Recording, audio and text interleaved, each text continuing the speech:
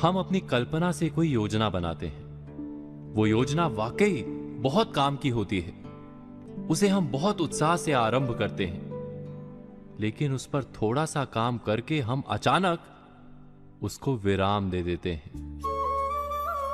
ऐसी अनेक आधी अधूरी योजनाएं आपके पास भी होंगी जिन्हें आपने पूरे जोर शोर के साथ आरंभ तो किया, लेकिन उसे उसके परिणाम तक नहीं पहुंचाया। और पूरी कल्पना, पूरी योजना एक नाकाम सोच के रूप में सामने आती है। आपने कभी विचार किया है कि ऐसा क्यों होता है? ऐसा मात्र कार्य में संकल्प शक्ति के अभाव के कारण होता है। हम कार्य आरंभ करते समय अपनी संकल्प शक्ति पर विचार नहीं करते। भावुकता के साथ काम का आरंभ तो कर लेते हैं, लेकिन उसको निरंतर संचालित करने की क्षमता पर विचार नहीं करते। यही नहीं, हम उस काम में अपनी रुचि, दक्षता और कौशल्य पर भी विचार नहीं करते। बस कल्पना अच्छी लगती है और हम उस काम को करने का निर्णय कर लेते हैं। ऐसा जब जब और जहां जहां होगा, कार्य अधूरा छूटेगा ही, क्योंकि कार्य वही पूर्ण होता है जहां कौशल्य पूर्ण लगन, तब पूर्ण रुचि और संकल्प शक्ति का सही मेल हो। जहां भी इन तीन या इनमें से किसी एक का भी अभाव होगा, तो वो योजना कितनी भी बढ़िया, कितनी भी लाभप्रद हो, परिणाम कुछ नहीं निकलेगा। ठीक वैसे ही जैसे किसी रोग को दूर करने के लिए सही परहेज, उचित आराम और सही दवाइयों की आवश्यकता होती है। आगे से किसी भी कार्य के आरंभ के पहले अपनी संकल्प शक्ति, लगन और रुचि पर अवश्य विचार कीजिएगा।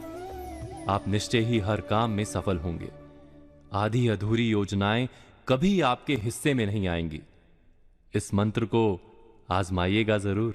और अब हम बात करेंगे आडंबर या दिखावे की, जो हमारे जीवन में बिन बुलाए ही आ जाता है। जैसे मान लीजिए कि हमारा पड़ोसी लाखों रुपए महीने कमाता है। वो अक्सर नए नए ढंग के फोन और महंगी गाड़ियां लेकर आता है। हम उसके बराबर की आमदनी नहीं करते, लेकिन हमारे मन में उसे ये दिखाने की लालसा जागती है कि हम तुमसे कम नहीं हैं। हम उसकी तरह की घड़ियां और फोन खरीदने निकल पड़ते हैं। हम कभी नहीं सोचते कि जाने अनजाने हमें दिखावे या आडंबर की महाघातक बीमारी ने चपेट में ले लिया है। क्या आपने कभी इस दिखावे के बारे में सोचा है? ये दिखावा और कुछ नहीं, एक मानसिक बीमारी है।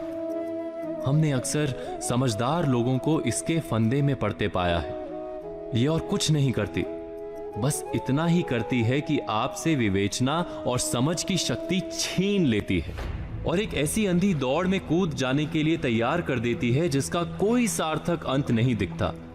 मैं एक उदाहरण देता हूं। आपकी आमदनी लगभग 1 लाख रुपए महीने है, लेकिन आपके एक पड़ोसी की आमदनी 5 लाख रुपए महीने है और आपका पड़ोसी हर महीने लाख रुपए का दिखावटी सामान खरीदता है।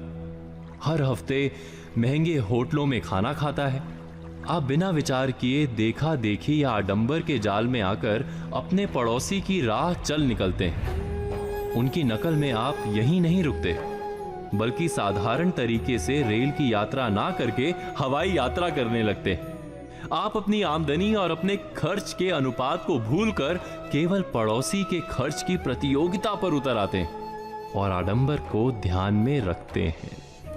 आप वैसे ही जीना चाहते हैं जैसे पड़ोसी या संबंधी जीते हैं। महीने, 2 महीने या 3 महीने के बाद होने वाली आपकी उलझन का हर कोई सरलता से अंदाजा लगा सकता है।